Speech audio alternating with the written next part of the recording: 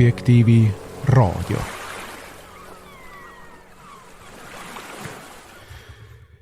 Tervist, algab Objektiivi raadiosaade, mina olen Markus Järvi ja teisel pool internetisilda on Veiko Vihuri. Tere Veiko! Tere Markus ja tere head kuulajad! Täna räägime Eesti välispoliitika teemadel taas.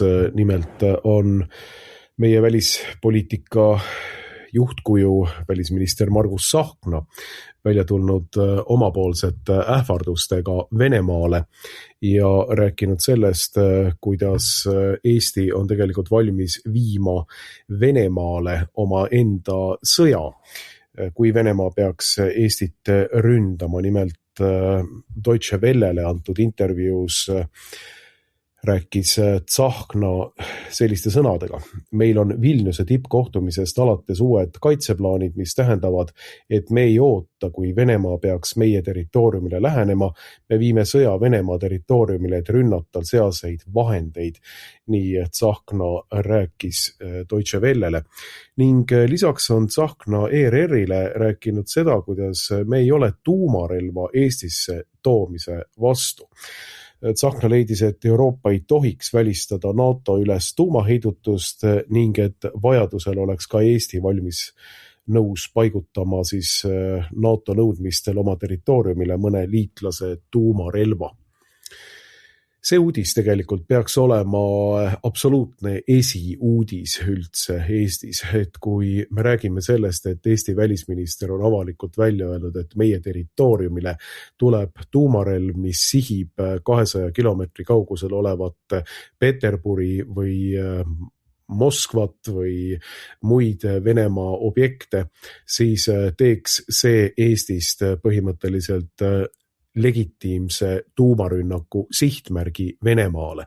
Sellised väljaütlemised peaks olema iga Eesti lehe esimesel küljel ja punasega märgitud.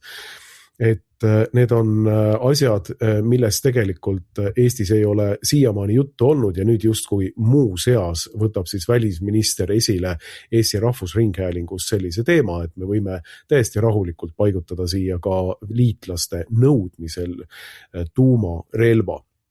See on ühelt poolt ilmselt publiku testimine ja vaatamine, et kuidas Eesti avalik arvamus sellisele asjale reageerib olukorras, kus see otseselt on meile eksistentsiaalseks ohuks.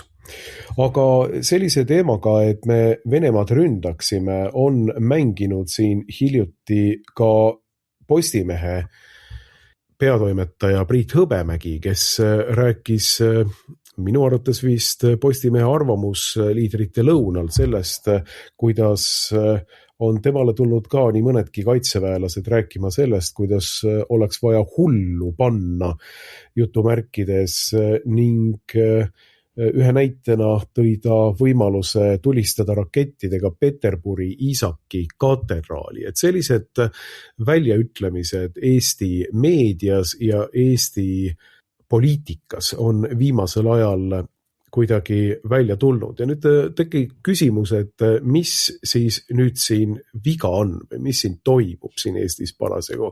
Et kas me nõuame endale 3. maailmasõda siia Maarjamaa territooriumile või mis nüüd Eestis lahti läinud on, milline vaimupimedus on tabanud meie poliitilist ja välispoliitilist juhtkonda ja miks mitte ka Postimehe juhtkonda Priit Hõbemägi isikus. Ja ma tooksin võib-olla sellise võrdluse, teades, et ega võrdlused või analoogiad ei ole ju kunagi lõpuni täpsed, mingites aspektides on erinevusi, aga mul endale nende teemade üle järele mõeldes tõusis silme ette pilt Pompei linnast ja Vesuvi nimelisest vulkaanist, mille ääres või mille lähedal see Pompei linn asus. Ja ma võrdleksin sellega meie riigi, meie maa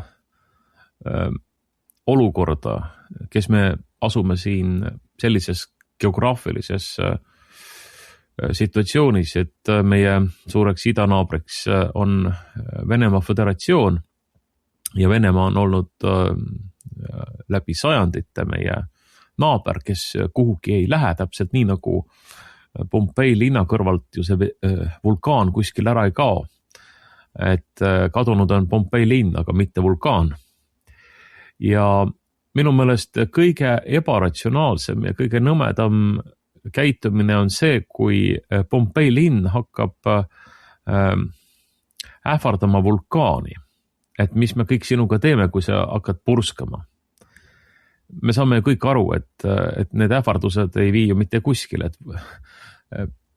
See on sisse kirjutatud vulkaani olemusse, kui nii väljenduda, et ühel päeval see vulkaan hakkab purskama, kui ta on tegev vulkaan. Ja tegelikult inimesed peavad vaatama, kuidas nad suudavad ennast selle ohu vastu kindlustada, kas nad siis kolivad eemale kuskile, kindlustavad oma maju või teevad midagi muud, et ennast sellest võimalikust hädaohust ära päästa. Selge on see, et meie Eesti rahvana siit Eesti territooriumilt ju kuskile kolima ei hakka. Kui me seda teeksime, siis Eestit sel kujul ju enam ei oleks. Jah, loomulikult rahvad on rännanud ajaloos, rahvad on liikunud ühelt territooriumilt teise. Meie aga oleme siin maalapil olnud aastasadu, võib-olla aastatuhandeid. See on meie kodumaa, me ei lähe siit kuskile. Aga sellegipoolest see oht on reaalne, mis on meie kõrval. Ja kõige irratsionaalsem oleks nüüd ise minna seda vulkaani torkima. Siin muidugi võib-olla see analoogia enam nii täpne ei ole, et siin tulevadki need nüansi erinevused, et Venemaa ei ole ju mingi vulkaan, vaid lihtsalt teine riik, suur rahvas ja mida me neist ka ei arvaks, mida me neist ka ei mõtleks. Esimene asi, mida meie poliitiline juhtkond ja meie arvamusliidrid ja ütleme siis meie eliit peaks tegema, on see, et minimeerima seda ohtu, mis sealt poolt võib meile tulla, mis on realiseerunud ajaloos päris mitmel korral. Viimati aastal 1940, ka 44 selle jätkuna teise maailmasõja ajal, ka varasematel sajanditel, ka Põhjasõjal näiteks 18. sajandi alguses, kui Eesti muutus Vene impeeriumi osaks, ka Liivi sõja aegadel, ka keskajal, ma ei hakkagi kõiki neid olukordi ajaloos üles lugema siin, kus meil on olnud tegemist oma idanaabriga ja sealt lähtuva ohuga. Aga meie juhtkond, poliitiline juhtkond ja samuti ka välispoliitiline juhtkond peaks selle asemel, et ärbelda, et ähvardada, et tühje sõnu loopida, millel tegelikult ei ole ju mingisugust katet, peaks mõtlema sellele, mis on meie plaan, mis on see, kuidas me seda võimalikku ohtu meie eksistentsile, meie riigile, meie rahvale, kuidas me seda minimeerime, kuidas me seda tasalülitame, mis on meie nii-öelda siis see kaitsestrateegia.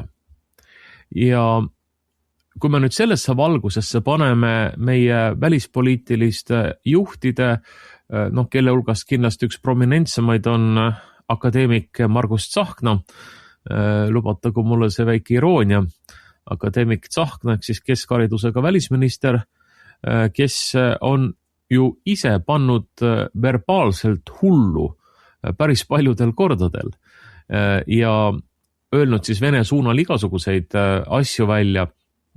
Kas või needki viimased väljaütlemised, et kuidas me hakkame siis seda sõda Venemaa territooriumile viima. Aga selles mõttes ta ei ole ju üksi olnud, et see on olnud praeguse võimukoalitsiooni või praeguse valitsuse kurss ja need inimesed kujutavad endast või peavad ennast sellise liberaalse maailma, liberaalse avangardi osaks, kes näevad oma ajaloolist lausa üleloomulikku missiooni selles, et kaitsta liberaalseid väärtusi, nii nagu nemad seda defineerivad, ja üritada siis olla välispoliitiliselt selleks jõuks, mis aitab Venemaad kui sellist tagurluse ja pimeduse kantsi ja autoritarismi kantsi rahvusvaheliselt isoleerida. Ma arvan, et see on Eesti välispoliitilise nomenklatuuri selline ettekujutus iseendast, et see on nende ajalooline missioon teha kõik rahvusvahelisel areenil ja välispoliitilistes suhetes selleks, et Venemaad isoleerida. Kuna Venemaa on alustanud agressioonisõda ühe oma naabri Ukraina vastu ja järelikult see on nüüd siis meie võimalus maailma poliitilisel areenil silma paista ja järjekindlalt seda trummi taguda. Ja võib-olla, et aastal 2022 ja isegi aastal 2023 tundus nii, et tõepoolest, et me laulame täpselt seda sama laulu või sellest samast lauluraamatust nagu Washingtonis lauldi, nagu Brüsselis lauldi, nagu Londonis lauldi, nagu Pariisis, võib-olla isegi Berliinis. Ja me olime nagu selles mõttes ühel lainel. Nüüd aga on see välispoliitiline olukord maailmas ju absoluutselt muutunud. Washingtonis enam ammu ei laulda seda sama meloodiat või sellest samast lauluraamatust. Seal on hoopis teine lähenemine tekkinud Ukraina konflikti lahendamisele ja ka Euroopa hakkab aru saama, et tegelikult ei ole enam selline realistlik mantra selles osas, et Venemaa tuleb põlvili suruda, Venemaa tuleb ära tükeldada väiksemateks iseseisvateks riikideks, et ta ei ohustaks oma naabreid, Venemaa juhtkond tuleb sõjakuritegude eest rahvusvahelised tribunali alla anda, Venemaa tuleb maksma panna sõjakahjude eest. Ühesõnaga, see, mida meie välispoliitiline juhtkond ja meie poliitiline ladvik kuni tänase päevani korrutab, et nii tuleb just teha. Pigemini Macron, näiteks Prantsusmaa president Macron otsib võimalust Kremliga uuesti läbirääkimisi alustada. Donald Trumpi administratsioon juba ammu on suhted Kremliga sisse seadnud pärast Bideni administratsiooni. Nii et selles mõttes Eesti välispoliitilise juhtkonna käitumine, võttes arvesse seda, et me oleme pisike riik ja Venemaa naaberriik, on isegi mitte rumal, vaid see on lausa vastutustundetu. Kui meil jätkuvalt Margus Tsahkna või ka peaminister Kristen Michal või mõni teine sellest liberaalsest ladvikust võtab Venemaa teemal sõna, muidugi unustasime ära fotograaf Marko Mihkelsoni, et temagi suust tulevad sellised seda laadi avaldused. Et tegelikult selle mõttega mängimine, et meie nüüd alustame Venemaa vastu mingisugust sõjategevust või ma ei tea, tellime siia kellegi, ma ei tea siis kelle tuumapommid ja ma ei tea, laseme rakette Peterburi Iisaku katedraali pihta või teeme midagi muud taolist. Et see on absoluutselt sõge, see on sedavõrd seestunud, et siin ei ole mingisugust ratsionaalset olukorra hinnangut, sest olukord on ammu juba muutunud ja meie juhtide ülesanne ainus peamine või ütleme see kõige põhilisem ülesanne, mis saab neil olla, on kuidas hoida Eesti vabadust, Eesti sõltumatust, Eesti omariiklust ja kuidas hoida sõda Eesti rahvast eemal, sest see lõpeks meile katastroofiliselt. Nii et me näeme, kuidas tegelikult juhtkond teeb absoluutselt kõike täpselt vastupidi. Ja siin on näha võib-olla ühte sellist nüüd viimase aja arengutes siis ühte sellist huvitavat lahknemist, et vabariigi president Alar Karis on lausa avalikkuse ees läinud tülli välisministeeriumi juhtkonnaga, ehk siis Margus Tsahknaga, kes on välisminister ja tundub, et ka kantsler Jonatan Vsevijoviga ja et tema olukorra hinnang erineb välisministeeriumi hinnangust ja eeldab siiski sellist ettevaatlikumat ja ütleme, dialoogile avatud lähenemist siis suhetes Venemaaga. See ei tähenda seda, et ta kuidagi oleks Vene sõbralikum või Kremli sõbralikum, nagu kohe teda siis süüdistatakse, aga just nimelt, et see on selline ratsionaalne lähenemine, et püüame siis, Euroopa võiks ka ennast siis laua taha viia ja oma vastava esindaja sinna määrata ja sellele siis tuleb nagu Välisministeeriumi suunalt teravat kriitikat, Tsahknast rääkimata, kes siis lause nimetas seda Kremli ukse taga kraapimiseks. Välisminister siis hindas niimoodi presidendi positsiooni ja sellele eelnes muidugi siis möödunud aastal ka see Kasahstani vahejuhtum, kus president ei esitanud päris sellist etteastet, nagu Välisministeerium oleks soovinud, jättis võib-olla teravamad väljaütlemised Venemaa suunal ütlemata ja võttis siis kuulda ka kohaliku Eesti suursaadiku nõu, kes siis Kasahstanist seda suhtlemist aitas selle ette valmistada. Nii et me näeme siin teatavat sellist erinevust või ütleme erinevat lähenemist Eesti välispoliitilises juhtkonnas, mis siis paneb küsima, et kust ikkagi siis tuleb see programm, mida jätkuvalt Islandi väljak ehk siis Välisministeerium esitab, et kus on need allikad, mis lähtekohast siis see muusika tuleb, kas see tuleb siis Briti luurete peakorteritest, siis rahvusvahelisest süvariigist, anglosaksi eliidilt, kusagilt Brüsseli koridoridest, et ma ei usu ka, et see päris meie enda selline välja mõeldud lähenemine on, et seal peab olema ka mingisugune rahvusvaheline tugi ja samal ajal tõenäoliselt ka presidendi muutunud hoiakul on mingisugune rahvusvaheline mõõde, võib-olla siis Washingtoni näol või mingi teise keskuse näol, ma ei oska seda hinnata, aga igatahes huvitav see õrn kursi muutus on.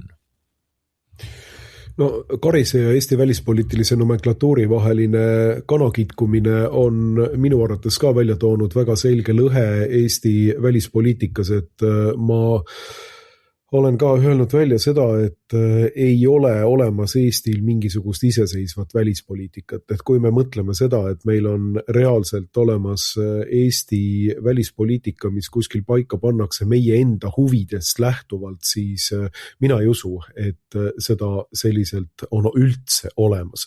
Meie välispoliitikat on juhitud pikka aega NATO koridoridest, transatlantilistest koridoridest ja kogu see jutt, mida me siin oleme rääkinud, need jutupunktid, mille toel on Kaja Kallas nende esitamise toel jõudnud Euroopa tippešelonidesse välja, üritab neid samu jutupunkte seal korrata muutunud poliitilises olukorras, aga loomulikult ei õnnestunud see tal väga hästi, sellepärast et need samad jutupunktid enam 2 aastat hiljem, kui ta sinna sai, ei päde.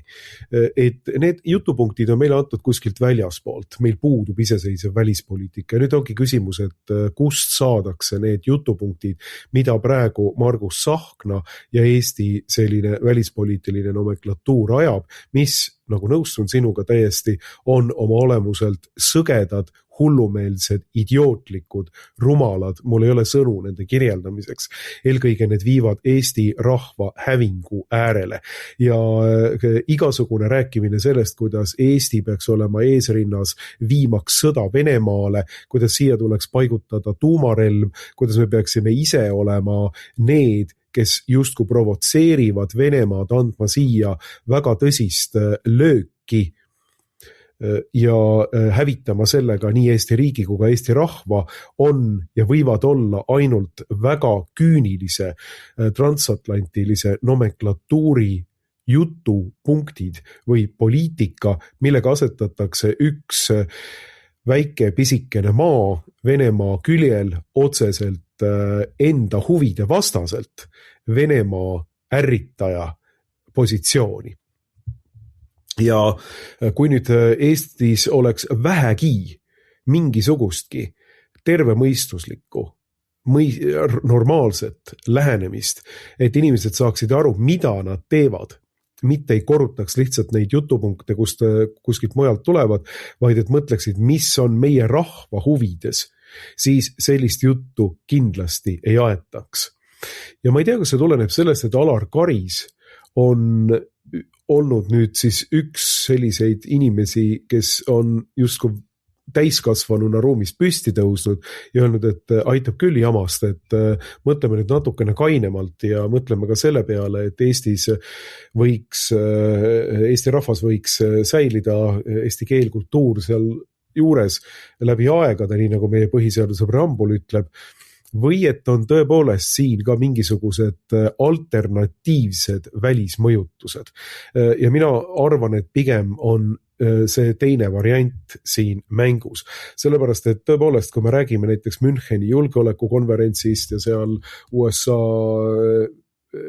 riigisekretäri Marco Rubio ettekandest, siis nendes ettekannetes on kordunud ka eelmise aasta J.D. Vance'i poolt välja öeldud ja USA julgeolekustrateegias kajastunud punktid, mis räägivad sellest, et USA vaatab Euroopat ja Euroopa Liitu mitte enam oma peamise ja otsese liitlasena. Seda nii poliitiliselt kui ka eelkõige, kuidas öelda siis faktiliselt, sellepärast et Euroopa Liit on esiteks omaenda majandusliku võimekuse ära tapnud valeliku rohepöördega, on endale mõlemasse jalga tulistanud, hävitades ära oma energiastruktuuri ning allhanke korras siis toonud see oma tootmise oma enda riikidest välja viinud ning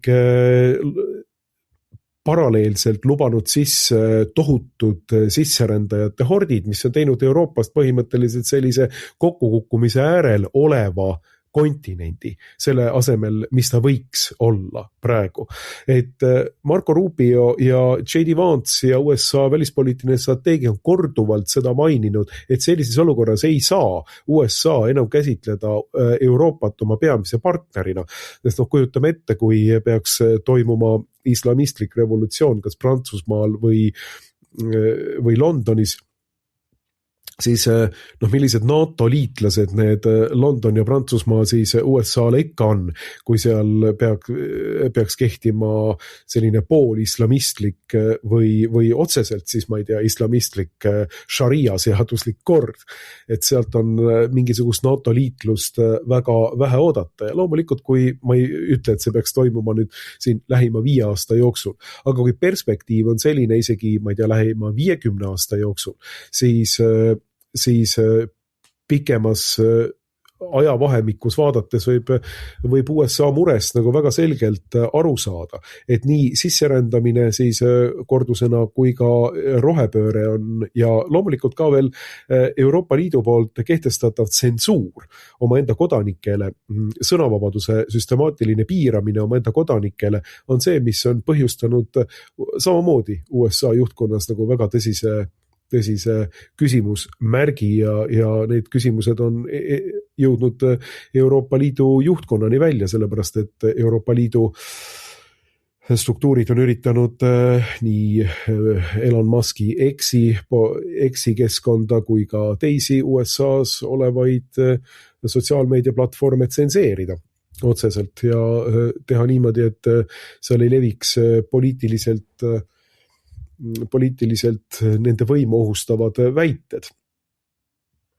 Aga need 3 punkti on olnud see, millest USA on vähemalt nüüd väga selgelt eristunud Euroopa Liidust ja sealsest poliitikast. Ja loomulikult ma ei usu, et need on nagu peamised punktid võib-olla üldse, et seal taga on mingisugused suuremad ja kalkulatsioonid ja külmemad kalkulatsioonid.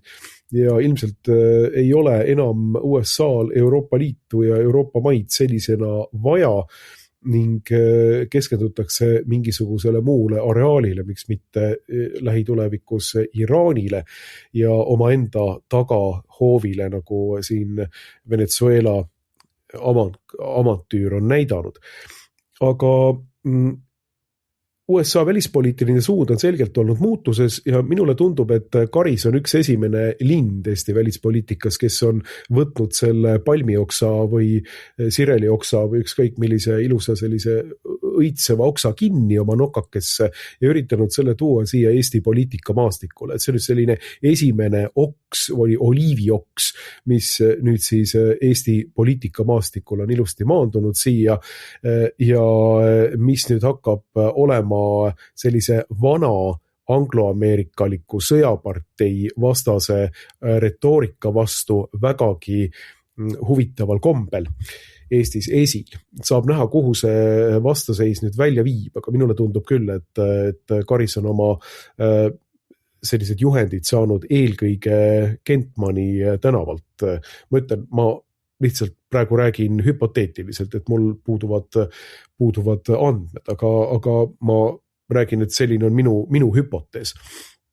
Ja mida nagu lisaks öelda on see, et selles olukorras, kus põhimõtteliselt on üks selline märk maha pandud Eestis, tundub, et see välispoliitiline nomenklatuur on pandud jällegi reageerima ja ma kasutan seda sõna pandud sellelt samalt transatlantiliselt vanalt Euroopa sõjaparteilt ja miks mitte ka brittide poolt juhitud selliselt kursilt on pandud Eesti nomenklatuur reageerima täiesti meelevigaselt, et tasakaalustada seda sellist Karise poolt välja öeldud pehmemat liini ja miks mitte ka provotseerimaks võib-olla Venemaad ründama Baltikumi, et tekitada uus konflikti tervik, et Venemaad endisestki nõrgestada uue sõjalise konfliktiga ja loomulikult rikastada oma enda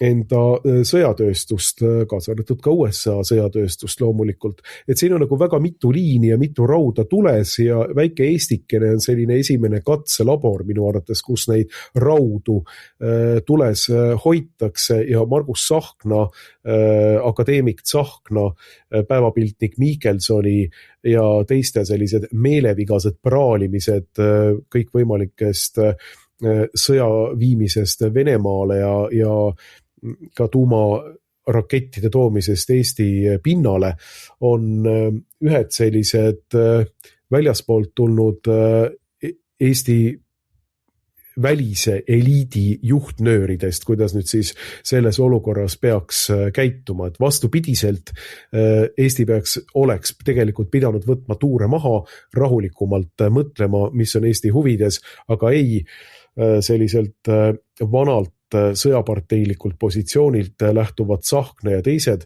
ja Sevjov, eelkõige välisministeeriumi kantsler, on need, kes siis tõepoolest ilmselt mängivad seda hüsteeriat veel maksimumini välja vahetult enne, kui nende võim Euroopas lõplikult kokku kukub. Mulle tegelikult üldse ei meeldiks olla selline rahvusliku psühholoogia uurija ja teha mingisuguseid kaugeleulatuvaid järeldusi, aga samas kiusatus on ka ja päris mööda minna sellest asjast ei saa, et üritada seletada, et mis siis ikkagi meie endi hinges, meie endi psühholoogias toimub, kui sellised tegelased esiteks saavad üldse võimu juurde ja teiseks me talume rahvana, kodanikena me talume seda olukorda, et avalikult on võimalik meie naaberriiki, olgu ta agressiivne, ajaloos meid mitmeid kordi vallutanud riik, absoluutselt, me keegi ju seda ei unusta ja seda ei vaidlusta, aga et nüüd praeguses olukorras me nagu lepime sellega, et me õhutame sellist lausa sõjameeleolu üles. Et see on nagu seotud minu meelest mingisuguse traumaatilise psühholoogilise kogemusega minevikus, mida siis üritatakse kompenseerida praegu selliste sõjakate avaldustega ja ka mõttelaadiga, mis teeb võimalikuks sellised sõjakad ja täiesti irratsionaalsed avaldused. Et kui võtta see saate alguses mainitud näide, kus siis Postimehe peatoimetaja Priit Hõbemägi tõepoolest avalikult mängis selle mõttega, et kas Eesti ei võiks lasta rakettidega Peterburi pihta ja nimelt Peterburi ajaloolise Iisaku katedraali pihta. Ja see mõte ei ole talle rahu andnud, vaid ta on küsinud seda lausa endiselt Kaitseväe juhatajalt Martin Heremilt, et kas võiks nagu hullu panna niimoodi ja tõepoolest põrutada rakettidega Iisaku katedraali pihta ja Herem vastas, et laseks ära küll, kui seal oleks näiteks õhukaitsepatarei sammaste vahel, kiriku sammaste vahel. Laseks ära küll. Et kui me nüüd mõtleme, et millest me räägime, et see ei ole isegi mitte mingisugune sotsiaalmeedia kommentaar või mingid mehed on laupäeva õhtul saunalaval, võtavad õlut ja räägivad seal maailma asju, lahtise tekstiga kommenteerivad. Okei, sellest me saaksime aru, aga Postimehe peatoimetaja, see on meie Postimees on tegelikult institutsioon, pika ajalooga meediaväljanne, ajaleht, tänasel päeval lausa võiks öelda meedia impeerium Eesti mõistes. Nii, selle peatoimetaja ei ole lihtsalt üks leheneeger. Ma meelega kasutan sellist väljendit, et ta ei ole mingi suvaline lugude kribaja, vaid ta on peatoimetaja, selle väljande peatoimetaja ja kus kohas arvamusliidrite lõunal toob ta selle mõtte inimeste ette, nii palju kui mina aru saan, et ma nägin küll seda artikli kujul Postimehe veergudel, aga ma saan aru, et see oli nagu tema kõne seal arvamusliidrite lõunal. Nii et igal juhul on Postimehe peatoimetaja tulnud avalikkuse ette mõttega, et võiks lasta Peterburi Iisaku katedraali pihta rakette.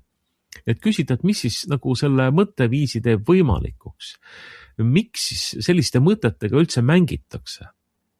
Et mina ei oska siin tõesti muud sellist psühholoogilist seletust anda, et siin on mängus tõesti mineviku mingisugune traumaatiline kompleks, sügav alaväärsuskompleks, mida siis kompenseeritakse sellist uhkete mõtetega, aga vaat kui meie ka saaks põrutada venelastele ära sellise paugu ja tou. Ja siin on ka mingisugune selline sulase mentaliteet, mida me näeme eriti just meie juhtkonnas.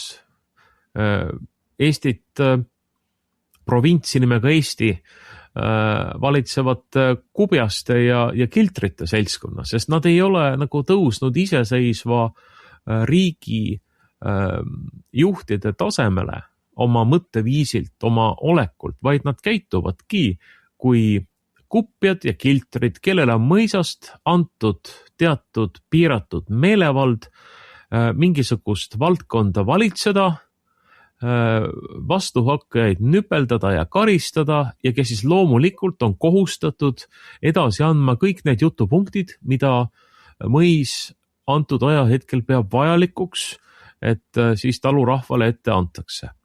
Ja just nimelt mina seletaksin seda olukorda sellise kujundi abil, et meil puudub tegelikult iseseisev riik, meil puudub iseseisev riiklik mõtlemine.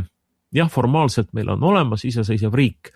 Loomulikult mõne päeva pärast on ka lausa selle riigi sünnipäev, vabariigi aastapäev tulemas, aga meil sisuliselt me seda ei pea kui omaenda riiki.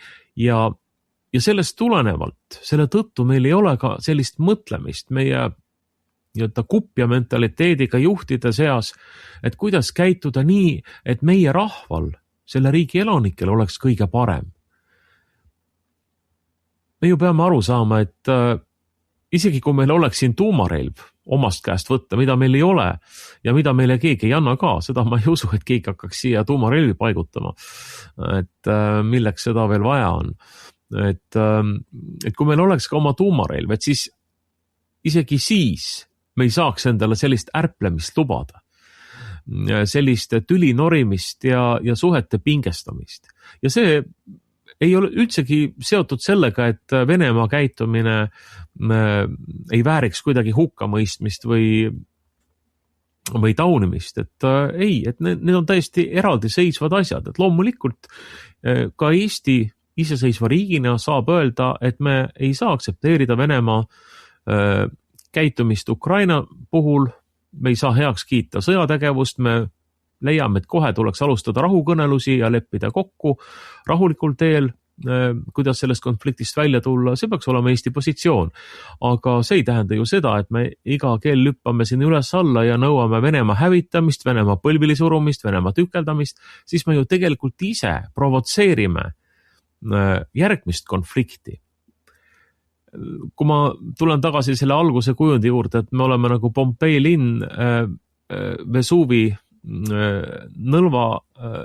nõlval või seal lähedal vähemasti, et siis me ei peaks kulutama oma energiat ja aega sellele, et me kuidagi üritame vulkaani taunida, hukka mõista, manada, sarjata ja nii edasi, et see on täiesti mõttetu tegevus ja isegi kui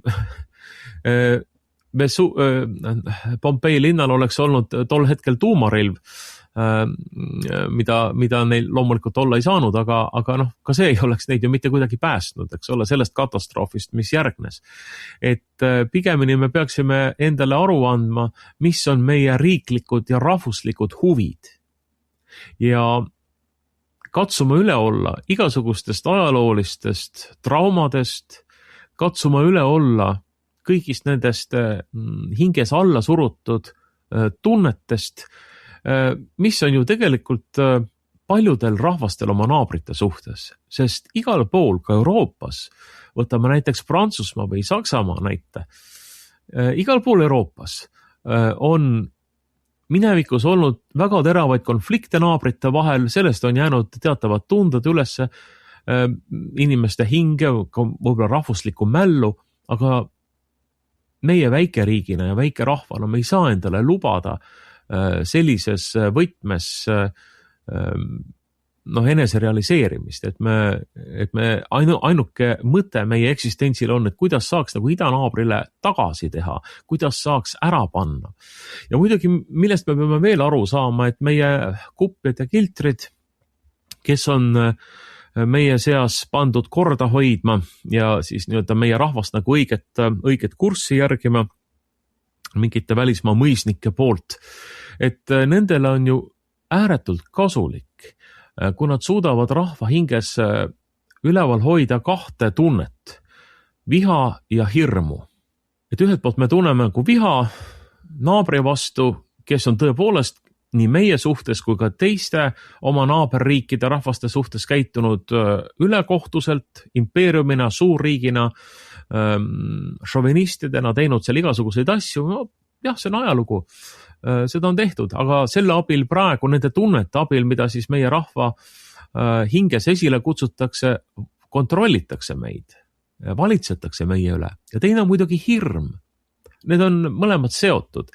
Nii et mõnes mõttes sellise sõjahüsteeria, sõjahirmu ja ka viha üleval hoidmine ühiskonnas on valitsejatele, just nimelt nendele kupjatele ja kiltritele ja aidameestele ja kes nad siin kõik on, ka igasugustele rehepappidele, ääretult kasulik.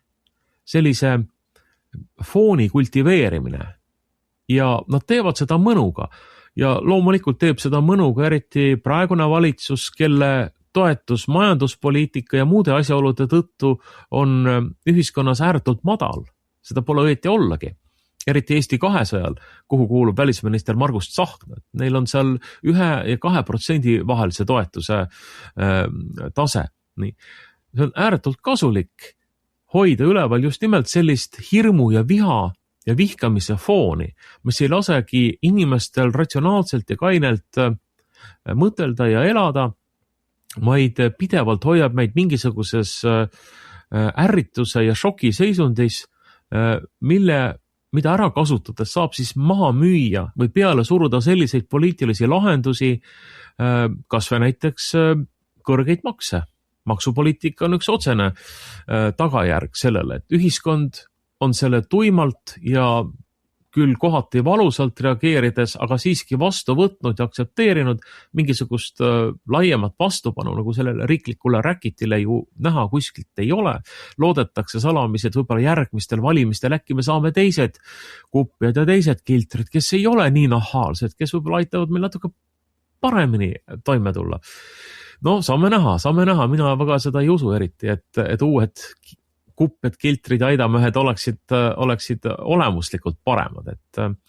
Aga jah, me peame nagu inimestele endale aru andma sellest, et tegelikult nende tunnetega, taolise retoorikaga on võimalik ka mängida meie rahvuslikul psühholoogial, ära kasutada inimeste, ka seda kõige tavalisemat psühholoogiat. Et lõppude lõpuks, kui külvatakse meedias, raadios, televisioonis, ajakirjanduses, muudes meediaväljaannetes, igal pool ühiskondlikku õhustikku sellist viha ja hirmu, siis see jõuab lõppude lõpuks igasse peresse, iga inimeseni ja sellel on oma mõju ja selle abil on võimalik inimestega manipuleerida, muuta või mõjutada nende poliitilisi eelistusi ja kinnistada oma võimu ja loomulikult kubjaste ja kiltrite aidameestena saab sellega kanuseid teenida ka oma välismaiste peremeeste ja isandate ees, kes nad siis ka parasjagu ei oleks, et need ju vahetuvad ja nüüd, nagu me rääkisime, et ongi tekkinud siin nii-öelda teatav lõhe nende vahel ühelt poolt, kes on Washingtonis ja teiselt poolt, kes on Londonis või kes on Brüsselis ja meie selline poliitiline ladvik ja ka välispoliitiline nomenklatuur ongi nagu teatavas segaduses, ta ei tea täpselt, kelle poole siis nüüd oleks kõige õigem ja kõige kasulikum hoida, aga igaks juhuks me paneme seda vana plaati veel edasi ja kindlasti me nagu ei hakka midagi oma peaga siin tegema, mis võiks nagu tõeliselt meie riiklusele kasuks tulla või meie rahvale kasuks olla. Nii et jah, selline see olukord praegu kahjuks on. No kogu selle riikliku sõjahüsteeria kontekstis on eriliselt küüniline ja humoorikas see, kuidas eelmise aasta sügisel teatavasti palkas Riigikantselei ajakirjanik Henrik Roonemaa inimeste sõjahirmu vähendama. Et 4 või 5 kuud oli tema tööleping Riigikantselei juures olukorras, kus siis riik ise eelkõige siin just äsja tsiteeritud Margus Tsahkna ja paljud teised on süstemaatiliselt tegelenud inimestes, nagu sa isegi rääkisid siin, sõjahirmu ja viha kultiveerimisega inimestes.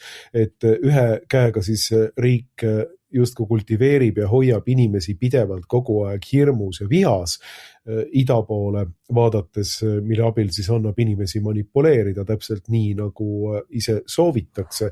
Ja teiselt poolt siis üritab riik teha nagu head nägu ja palgata ühe ajakirjaniku sõjahirmu vähendama olukorras, kus riik ise on kõige otsesem ja kõige suurem sõjahirmu lõõtsuja ja Eesti riiklik Stratcom, mis on võtnud üle ju sellise ajakirja nagu Postimees ja meediaimpeeriumi nagu Postimees, kus Rainer Saks ja teised kirjutavad igapäevaselt raporteid kogu aeg, kus nad seda sama sõjahirmu ja viha lõõtsuvad ja mille faktikontrolle pole tehtud üldse, kus me oleme juba pikemat aega kuulnud, kuidas kohe saavad Venemaal raketid otsa ja seda juba 3 aastat tagasi. Nii et ühelt poolt on meil nagu selline riiklik Stratcom, mis lihtsalt jultunult inimeste südame soppides surgib ja neis hirmu ja viha esile toob ja siis justkui üritab riik teha nägu, et oi, et meil on nüüd siis äkitselt olnud selline olukord, kus liiga palju viha on ja liiga palju hirmu, sõjahirmu on meil tekkinud siia ühiskonda, et palkaks õige kodanik Roonemaa seda vähendama. No lihtsalt küünilisuse ja ma ei teagi, rumaluse tipp ilmselt.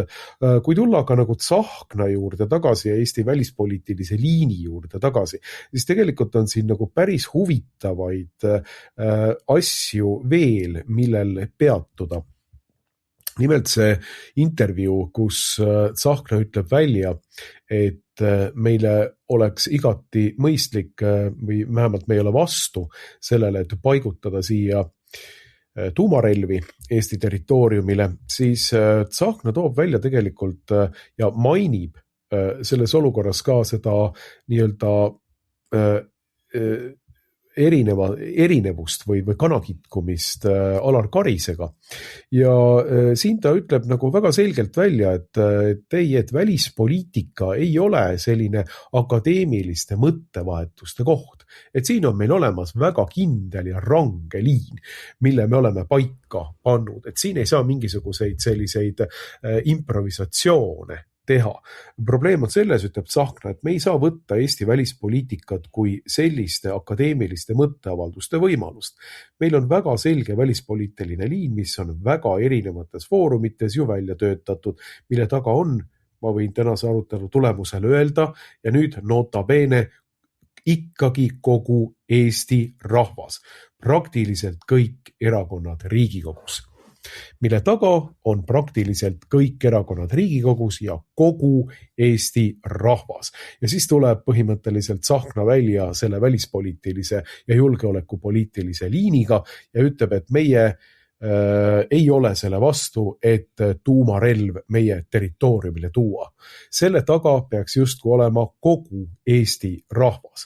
Ja huvitav on siin see, et kogu selle Tsahkna ja nomenklatuuri ja Karise vahelise tüli käigus sai sõna ka Jonatan Vseviov, välisministeeriumi kantsler, kes siin nädal-poolteist tagasi samamoodi ERR-ile andis intervjuu ja tema kordas põhimõtteliselt seda, mida Tsahkna ütles nüüd siis mõni nädal hiljem või siis oleme siis täpsed. Tsahkna kordas seda, mida Jonatan Vseviov talle ilmselt laua peale paberitena oli pannud. Ja ma tsiteerin ka seda. Ma loomulikult kinnitan, et Välisministeerium ja presidendi kantselei töötavad tihedas koostöös ja selle koostöö osa on ka Välisministeeriumi poolne pidev nõuanne nii välistegevuse kui ka sõnumite osas. Ehk siis oleme nüüd täpsed, et Välisministeerium ja eelkõige Jonatan Vseviov on sellised nii-öelda lauluraamatu vardjad. Need, kes lauluraamat on kuskilt mujalt, see on toonud transatlantilistelt liitlastelt ja koridoridest, võib-olla brittidelt, võib-olla Brüsselist, NATO koridoridest, aga kodumaal on meil terve rida selliseid lauluraamatu puhtuse hoidjaid ja neid vardjaid, järelvaatajaid, kes hoolitsevad selle eest, et kogu seltskond laulaks ikka puhtalt. Et siin ei oleks mingisuguseid muid noote ja teisi harmooniaid ei tekiks, vaid et ühel häälel täpselt neid lauluraamatu lauseid korrataks pidevalt Eesti poliitikas. Ja see nii Tsahkna kui ka Jonatan Vseviovi varasemalt öeldud selline range liini poliitika näitab seda, et kuivõrd reglementeeritud meie välispoliitiline liin on. Siin, nagu ütleb Tsahkna, mingisuguseid akadeemilisi diskussioone, sellest, et kuidas Eesti üldse võiks oma välispoliitilist liini ajada olukorras, kus meie välispoliitika on vägagi suurtes muutustes, olukorras, kus võib-olla NATO laguneb, olukorras, kus Euroopa Liit on oma suurima kriisi lävel ja võib-olla Euroopa Liit laguneb, et selliseid akadeemilisi mõtteavaldusi, nii-öelda ülekantud tähenduses plaan B retoorikat me siin ajada üldse ei saa. Meil tuleb üks liin konkreetsetest ministeeriumitest ja seda liini tuleb nüüd hoida. Ja me oleme näinud seda liini loomulikult pidevalt, et me oleme näinud seda kõikides Eesti meediaväljaannetes, me oleme näinud seda ERR-is, Rahvusringhäälingus, meie enda rahaga tehtavas propagandakanalis põhimõtteliselt. Me oleme näinud seda, kuidas kogu Eesti meedia on allutatud ühele liinile. Nii, ja kui on vaja, siis tuleb välja Postimehe peatoimetaja Hõbemäe isikus ja hakkab fantaseerima selle üle, kuidas me Peterburi Iisaku katedraali oma enda ründerelvadega hakkame pommitama ja madalaks tegema. Nii, ja see on nüüd see liin, mis meil pidevalt siin nii Stratkomi poolt kehtestatuna meie meedias kui välispoliitikas, kui ka julgeolekupoliitikas kehtestatud on. Ja mina nüüd küsin ikka jälle, et kus see liin tuleb? Mis liin see on? Kes selle paika paneb? Et kui nüüd Tsahkna ütleb, et kogu rahvas on selle liini taga, siis esiteks ma loomulikult ei usu, et vabandage, härra akadeemik Tsahkna, tähendab, teie taga, kui me üldse räägime midagi, siis teie taga on praegu umbes 1,5% Eesti Vabariigi valimisealistest kodanikest, kes teid hääletaks. Ja minu teada vist te saite viimastel valimistel siin mõnikümmend häält kuskil erinevates nii-öelda omavalitsuse valimiste kohtades. Et nii palju siis nagu Eesti rahva toetuses sellest, et selle argumendi jätaks nüüd praegu ära.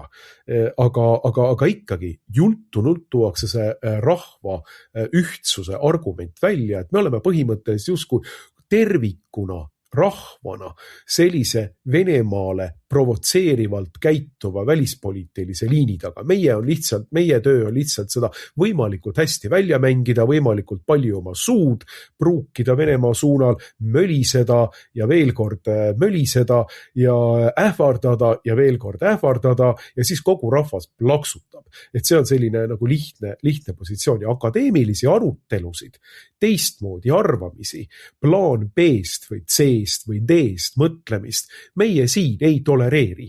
Ja nüüd tekib küsimus, et kuidas selline liin on paika pandud? Kus kohas see liin? Kes on selle liini autorid? Me ei saa ju ometi ütelda, et selle liini autorid on lihtsalt nagu kaks mingit koolipoissi kuskilt ja kes panevad liini paika. Ei, ma ikka tulen tagasi selle juurde, et see liin, mida nüüd need kohalikud kiltrid, kupped ja aidamehed siin teostavad, on paika pandud kuskilt mujalt ja see on paika pandud transatlantilistest koridoridest, NATOst, Euroopa Liidust kuskilt mujalt. Meil ei ole iseseisvat välispoliitikat ja sellises puhul saab ütelda, et meil on nüüd üks liin, meil on ühed jutupunktid, meil on see, mida me peame nüüd siin tegema ja rahvas olgu vait.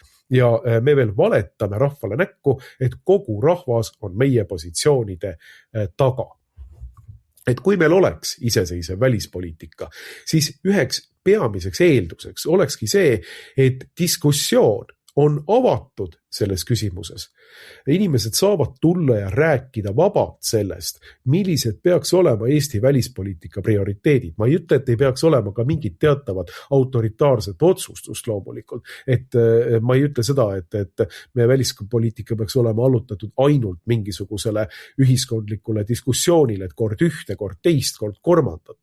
Aga kindlasti peaks olema see, et me oleksime, et üleüldse mingi diskussioon siin Eesti ühiskonnas oleks, sest tegelikult meil ei ole olnud viimased paarkümmend aastat Eesti ühiskonnas reaalset diskussiooni, kuidas Eesti välispoliitika ja julgeolekupoliitika oleks võimalikult selline, et see aitaks kaasa Eesti ja Eesti riigi huvidele, Eesti rahva, keele ja kultuuri säilimisele läbi aegade.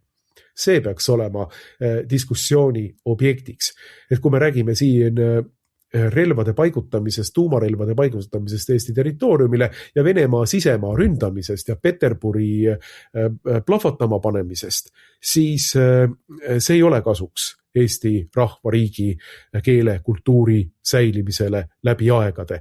Sellele, kui midagi sellist teha, tuleb vastukaaluks esiteks suur vaikus ja siis tulevad vastukaaluks mitmed strateegilised tuumalõhkepead erinevatesse kohtadesse. Ja siis ei ole ei Eestist, ei Eesti rahvast, ei Eesti riigist ega üldse mingisugusest Eesti kultuurist siin järgi enam mitte midagi. See on see otsene tulemus. Aga see poliitiline liin on paika pandud kuskilt mujalt ja iseseisva poliitilise liini juures, ma kordan, oleks meie diskussioon siin palju laiem.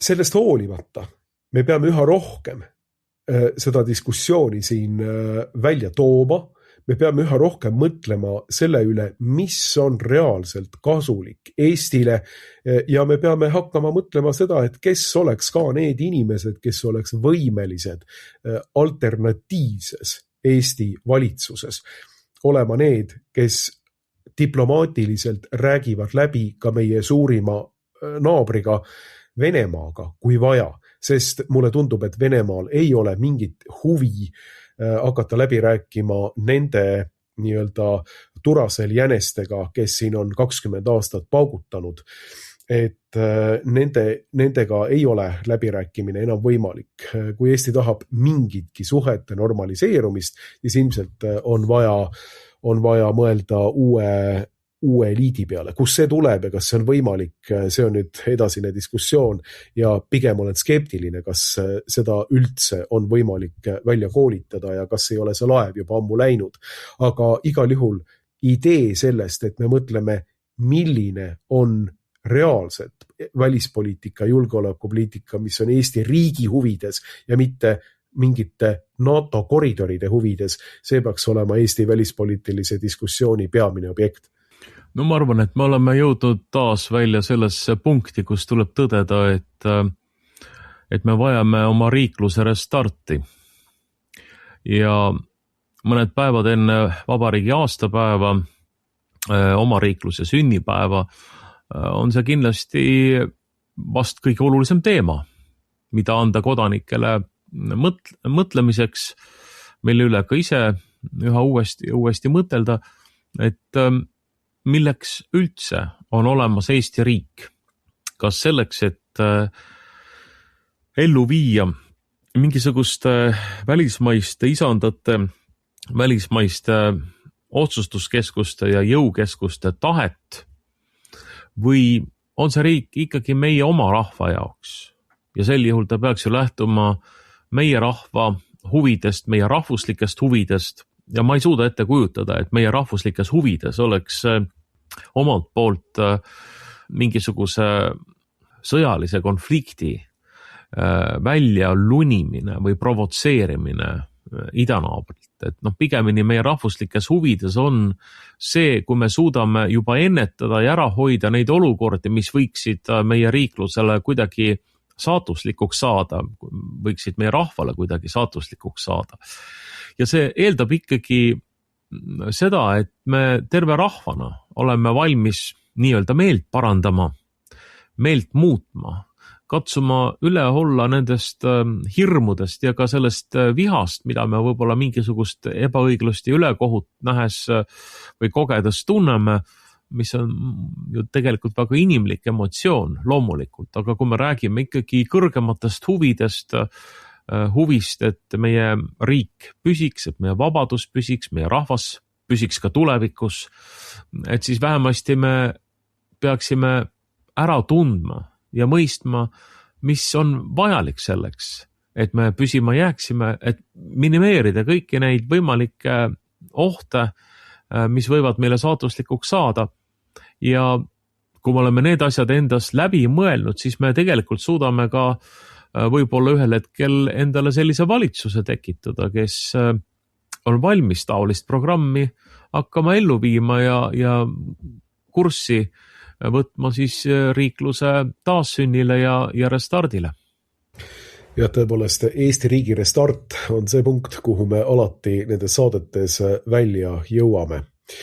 Eesti riiki uueks looma võiks olla selle saate alternatiivne nimetus. Aga ma tänan sind, Veiko, nende mõtete eest ja selle mõttevahetuse eest. Suur tänu teid kuulamast ja järgmine nädal, kui jumal annab, oleme jälle uuesti eetris. Kõike head ja kuulmiseni.